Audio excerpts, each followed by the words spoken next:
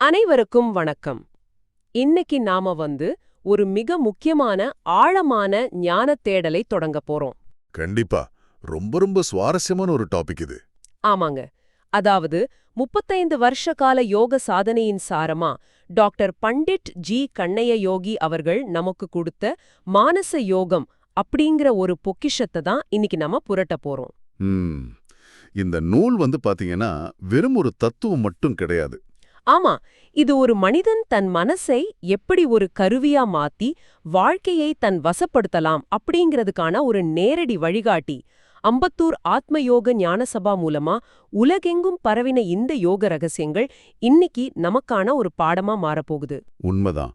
குறிப்பா நம்ம இன்னைக்கு இந்த நூலோட 9ஆம் அத்தியாயமான மனமும் சித்தமும் அப்படிங்கிற பகுதிக்குள்ள நுழைய போறோம். சரி, அப்போ நேரடியா விஷயத்துக்குள்ள போயிடலாம்.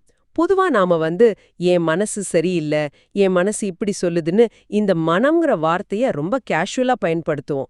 ஆனா இந்த நூல்ல மனம் வேற சித்தம் வேறன்னு ஆசிரியர் பிரிச்சு சொல்றாரு. ஆமா, அது ஒரு முக்கியமான பதிவு.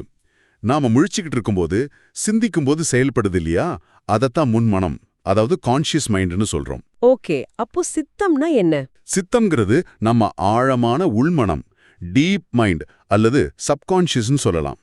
இந்த முன்மனம் தன்னிச்சையா எந்த முடிவையும் எடுக்கிறதில்ல. அது ஒரு ஸ்கிரீன் மாதிரி தான். அந்த திரையில என்ன காட்சி வரணும்னு தீர்மானிக்கிறது சித்தம் தான். சுருக்கமா சொல்லணும்னா மனங்கிறது சித்தத்தோட வெளிப்பாடு தான். ஒரு நிமிஷம், அப்ப நான் முழிச்சிட்டு இருக்கும்போது சுய நினைவோடு எடுக்கிற முடிவுகள் எதுவுமே உண்மையிலே நான் எடுக்கிறது இல்லையா? என் பின்னாடி இருந்து ஏதோ ஒண்ணு என்னை இயக்குதா? அப்படிதான் சொல்லணும். இது ஒரு நினைவாற்றல், அதாவது ஞாபக சக்திங்கிற விஷயத்தை வச்சு பார்த்தா உங்களுக்கு இன்னும் நல்லா புரியும். ஞாபக சக்தினா இப்போ கம்ப்யூட்டர் ஹார்ட் டிரைவ்ல சேவ் பண்ற மாதிரி தானே? இல்ல, அங்கதான் நாம தப்பு பண்றோம். சித்தம் கம்ப்யூட்டர் மாதிரி அப்படியே ஒரு ஃபைலை ஓபன் பண்ணி காட்டாது. அதுக்குள்ள ரொம்ப ஆழமா பழைய சம்பவங்கள், உணர்வுகள்லாம் பதிவாயிருக்கும். இத தத்துவத்துல சித்த சம்ஸ்காரம்னு சொல்றாங்க. ஓஹோ, சித்த சம்ஸ்காரம். சரி. உங்களுக்கு ஒரு விஷயம் ஞாபகம் வரணும்னா சித்தம் அந்த பழைய சம்ஸ்காரங்களை தூண்டிவிட்டு அதை முன்மனசுக்கு தள்ளும். அப்படி வரும்போது அது 100% நடந்த மாதிரியே வராது. உங்க தற்போதைய மனநிலைக்கு ஏத்த மாதிரி கொஞ்சம் மாறியும் வெளிவரும். இது எப்படி சொல்றது, எனக்கு ஒரு உதாரணம் தோணுது. எனக்கு புத்தகங்கள் படிக்கிறது ரொம்ப பிடிக்கும். சொல்லுங்க. அதனால நம்ம சித்தம் அப்படிங்கறத ஒரு பல 100 வருஷ பழமையான இருட்டான ஒரு பிரம்மாண்டமான நூலகம் மாதிரியும், நம்ம அன்றாட மனச அங்க வேலை பார்க்குற ஒரு நூலகர மாதிரியும் வச்சுக்கலாமா?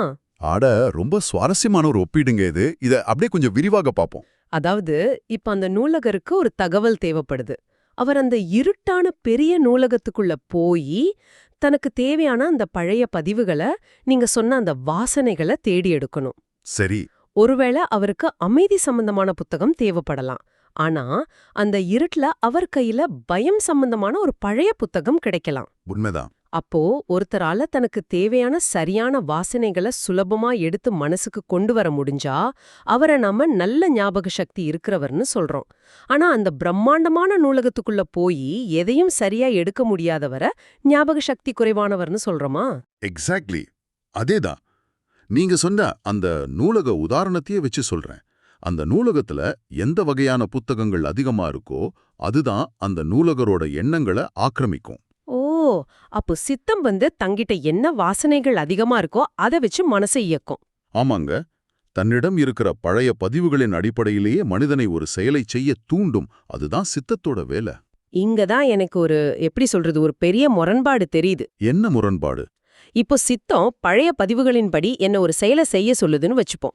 ஆனா நான் இப்போ வாழ்ற காலகட்டமும் சூழ்நிலையும் வேற இல்லையா? சித்தம் சொல்றத நான் அப்படியே செஞ்சா அது இன்னைக்கு இருக்கிற சமூக சூழ்நிலையோட மோதாதா? நிச்சயமா மோதும். அந்த மோதலத்தான் நூலாசிரியர் ரொம்ப தெளிவா இருமன போராட்டம், அதாவது கான்ஃப்ளிக்ட் ஆஃப் மைண்ட்ஸ்னு சொல்றாரு. இருமன போராட்டம். சரி, இது எப்படி நடக்குது? உங்களோட சித்தம் அந்த பழைய சம்ஸ்காரங்களின் அடிப்படையில உங்களை ஒரு செயலை செய்ய உள்ளே இருந்து உந்திக்கிட்டே இருக்கும். ஆனா அதே நேரத்துல உங்களோட அறிவும் உங்க ஐம்புலன்களும் தற்போதைய சூழ்நிலைய ஸ்கேன் பண்ணும். அதாவது நான் படிச்ச படிப்பு, சமூக விதிகள் இதெல்லாம் வச்சு என்னோட அறிவு அதை தடுக்குன்னு சொல்றீங்க? ஆமா, அறிவை இத செய்யாத, இது தப்பு அப்படின்னு மனசை இன்னொரு பக்கம் பிடிச்சு இழுக்கும். இதை நான் பிராக்டிக்கலா யோசிச்சு பாக்குறேன். சிம்பிளா சொல்லணும்னா, நான் டயட்ல இருக்கும்போது இந்த ஸ்வீட்டை சாப்பிடுன்னு என் உள்மனசு தூண்டுறதும், வேண்டாம் உடம்புக்கு கெடுதல்னு என் மூளை சொல்றதும் இதோட ஒரு சின்ன வெர்ஷன் தானா? ஆமாங்க, அதேதான். ஆனா இது இன்னும் ரொம்ப ஆழமான சிக்கலான விஷயங்கள்லயும் நடக்கும். நூல்ல இதுக்கு ரொம்ப யதார்த்தமான ஒரு உதாரணம் இருக்கு. என்ன உதாரணம்? ஒரு இளம் பெண்ணை எடுத்துப்போம். அவள் முதலா ஒரு நபரை சந்திக்கிறா. ஏன் எதுக்குன்னே அவளுக்கு காரணம் தெரியல. ஆனா அந்த நபரை நெருங்கணும், பேசணும்னு அவன் மனசு ரொம்ப தீவிரமா துடிக்குது. ஓ, முதல் பார்வை காதல் மாதிரி சொல்றீங்களா? பார்க்கறதுக்கு அப்படி தெரியலாம். ஆனா இது அறிவோட முடிவு கிடையாது. இது சித்தத்தோட தூண்டுதல். ஏதோ ஒரு பழைய சம்ஸ்காரம் அவளை உந்திக்கிட்டே இருக்கு. அப்போ அவளோட அறிவு இங்க என்ன வேலை செய்யுது? அது சும்மா இருக்குமா? கண்டிப்பா இருக்காது. அந்த பொண்ணோட அறிவு, அவ வளர்ந்த விதம், சமூக நியாயம் இதெல்லாம் விழிச்சிக்கிட்டு இது தப்பு, சமூகம் ஒன்ன தப்பா பேசும் அப்படின்னு அவளை தடுக்குது.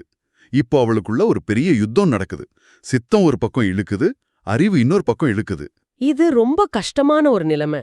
ஒருவேளை அவ அறிவை ஓரங்கட்டிட்டு சித்தம் சொல்றத கேட்டு அவரை நெருங்கினா என்ன நடக்கும்னு யாருக்கும் தெரியாது. பெரிய ரிஸ்க் அது. ஆமா, சரி, அவ அறிவோட பேச்சை கேட்டு சமூகத்துக்கு பயந்து விலகி வந்துட்டா பிரச்சனை முடிஞ்சது இல்லையா? அவ சேஃப் தானே? அங்கதான் நாம தப்பு கருப்பு கோணும். விலகி வந்தாலும் அவளால நிம்மதியாவே இருக்க முடியாது. ஏன்னா சித்தம் அவளை தூங்க விடாது. அந்த உணர்வுக்கும் அறிவுக்கும் நடுவுல நடக்கிற மோதல் தீர்க்கப்படவே இல்லையே. ஓ, வெறும் பயத்தினால அந்த ஆசையை அடக்கி வச்சிருக்கா? சரியா சொன்னீங்க. அப்படி அடக்கி வைக்கும்போது அது அவளுக்கு மிகப்பெரிய மன அழுத்தத்தை தரும். சரியா சாப்பிட மாட்டா, தூக்கம் வராது, உடம்பும் மனசும் இளைச்சு போகும்னு ஆசிரியர் சொல்றாரு. இது ரொம்ப பயங்கரமா இருக்கே. நாம யாருமே இந்த முரண்பாட்டை இப்படி உற்று பார்க்கறதே இல்ல. ஏதோ மனசுக்குள்ள ஒரு சின்ன குழப்பம்னு நினைச்சு கடந்து போயிடுறோம். ஆமா, ஆனா அது உடம்பையே உருக்கும் அளவுக்கு வலுவானது. சரி, முதல்ல எதுக்கு இந்த சித்தம் இப்படி பிடிவாதமா பழைய வாசனைகளை கிளறி விட்டுட்டே இருக்கு? எப்படி இதை தீர்க்கிறது? இத முழுமையா புரிஞ்சுக்கணும்னா நாம அடுத்த கட்டத்துக்கு போகணும். இந்த சித்தத்துல இருக்கிற வாசனைகள்னு நம்ம இவ்வளவு நேரம் பேசணும் இல்லையா? ஆமா. அதைத்தான் நாம கர்மா அல்லது வினை பயன் அப்படின்னு சொல்றோம். ஒரு நிமிஷம் இருங்க. கர்மானா நாம செஞ்ச பாவ புண்ணியங்கள், தப்புக்கு கிடைக்கிற தண்டனைன்னு தானே எல்லாரும் சொல்றாங்க. அது எப்படி சித்தத்துல வாசனையா, அதாவது ஒரு நினைவா இருக்கும்? அதுதான் யோக அறிவியலோட மிகப்பெரிய சூட்சுமம். மனிதனோட சித்தத்துல அவனோட இந்த பிறவியோட பதிவுகள் மட்டும் இல்ல, பல பிறவிகளின் சம்ஸ்காரங்களும் பதிவாகி இருக்கு. இது இவ்வளவு ஆச்சரியம் என்னன்னா, சொல்லுங்க. மனிதன் பரிணாம வளர்ச்சியில மிருகமா இருந்த காலகட்டத்து பதிவுகள் கூட அவனோட சித்தத்தோட ஆழத்துல உறங்கிக்கிட்டு இருக்குன்னு யோகிகள் சொல்றாங்க. என்னது, மிருகமாயிருந்த காலத்து பதிவுகளா? இங்க எனக்கு ஒரு சின்ன சந்தேகம் வருது. கேளுங்க. நாம இப்போ உயிரியல் ரீதியான பரிணாம வளர்ச்சி, அதாவது அந்த ரெப்டிலியன் பிரெயின் பத்தி பேசுறோமா, இல்ல ஆன்மீக ரீதியான மறுபிறவி பத்தி பேசுறோமா? ஏன்னா ரெண்டும் வேற வேற விஷயங்களாச்சே. யோக அறிவியலை பொறுத்த வரைக்கும் ரெண்டும் தனித்தனி கிடையாதுங்க. ஒண்ணுக்கொன்னு பின்னி பிணைஞ்சது.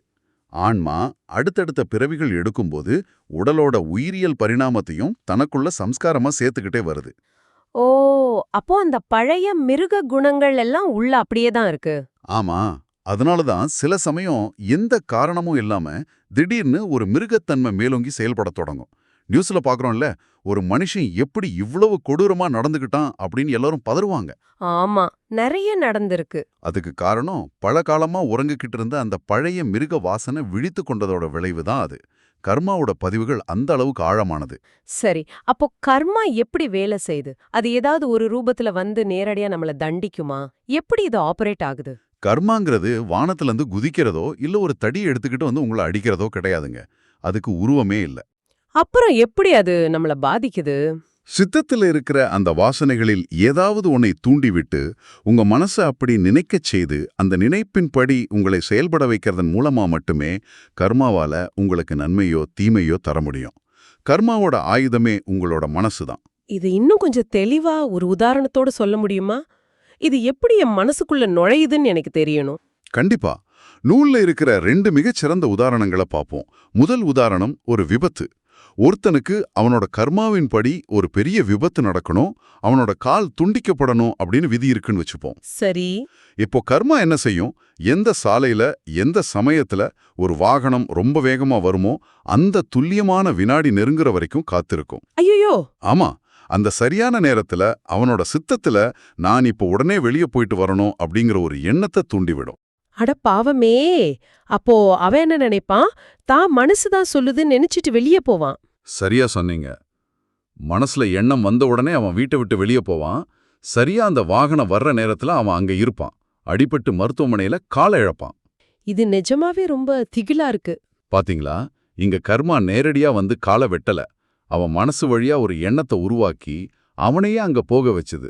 இதுதான் கர்மாவோட மெக்கானிசம். அப்போ கெட்டதுக்கு மட்டும்தான் இப்படி நடக்குமா? ஒருத்தனுக்கு நல்லது நடக்கணும்னாலும் கர்மா இப்படிதான் வேலை செய்யுமா?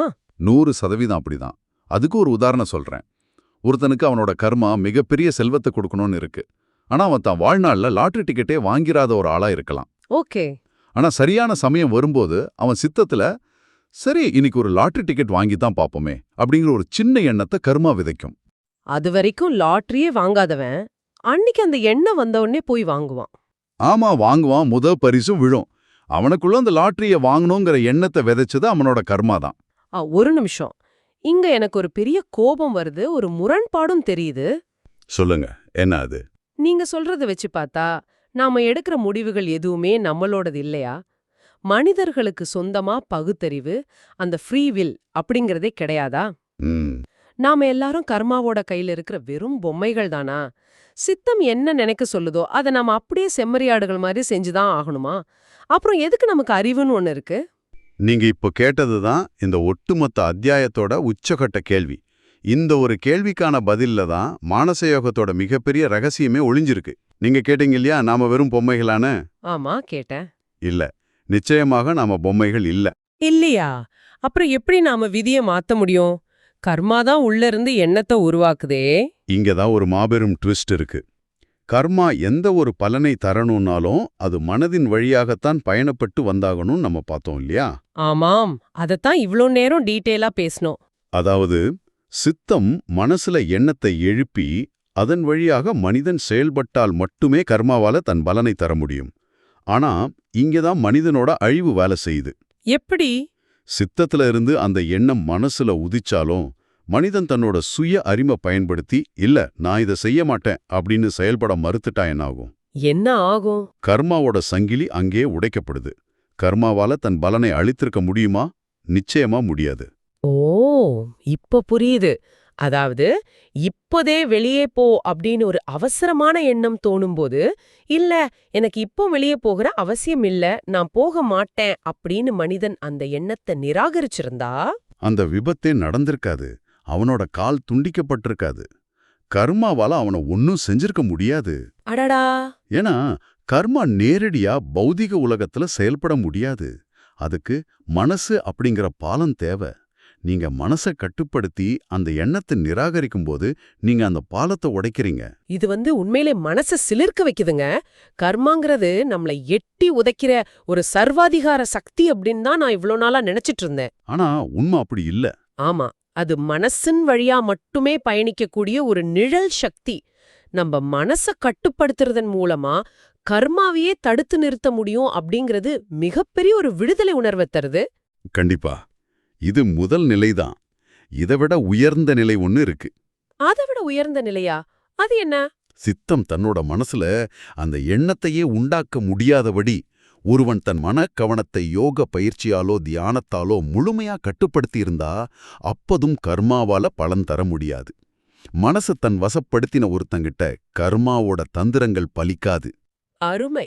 இது கேக்குறப்போ ஒரு தத்துவ கேள்வி எனக்குள்ள எழும்புது. என்ன கேள்வி? மனச கட்டுப்படுத்தி விதியையே மாத்திர சக்தி மனிதனுக்குள்ள இருந்தா கடவுளுக்கும் மனிதனுக்கும் என்னதான் வித்தியாசம்? நானும் கடவுளும் ஒன்னா?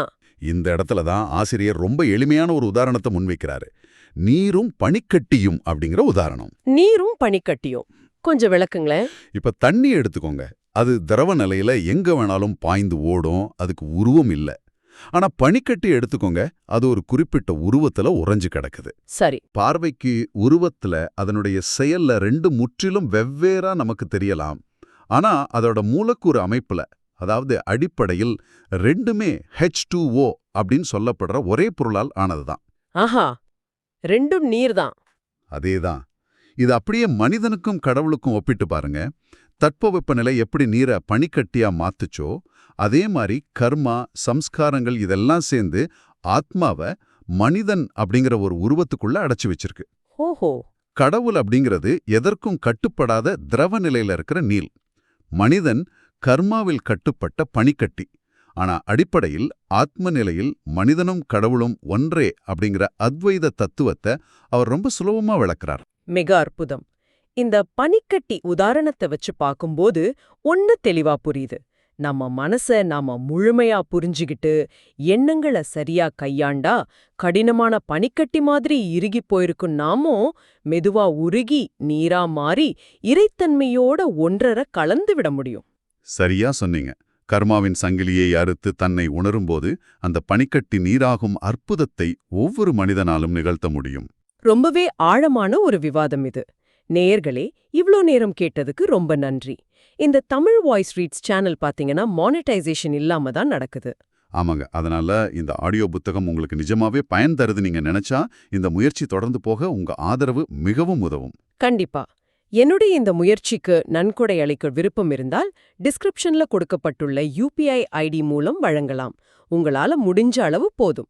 ஆமா, உங்களுடைய சிறிய ஆதரவும் பெரிய உதவிதான். இந்த வீடியோ உங்களுக்கு பயனுள்ளதாக இருந்தா மறக்காம சப்ஸ்கிரைப் பண்ணுங்க, மற்றவர்களுக்கும் பகிர்ந்து கொள்ளுங்க. இந்த கருத்துக்கள் அவர்களுக்கும் தேவையாக இருக்கலாம்.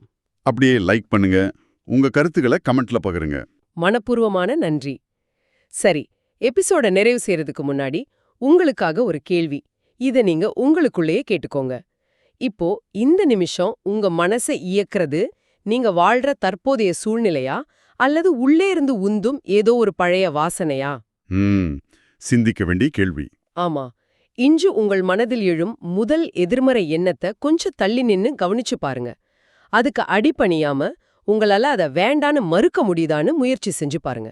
ஏன்னா விதிய மாத்திர சக்தி உங்க கைகள்ல தான் இருக்கு. மீண்டும் அடுத்த பகுதியில சந்திப்போம். வணக்கம்.